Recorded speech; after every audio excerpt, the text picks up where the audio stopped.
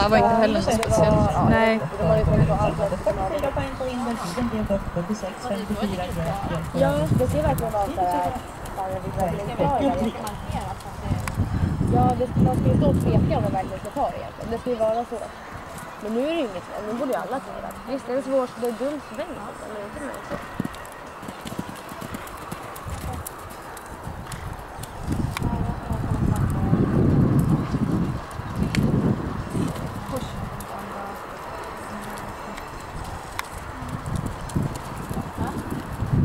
Nummer 9, Jennifer Pettersson.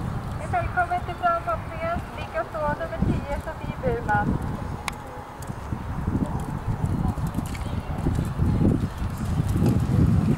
Den är verkligen så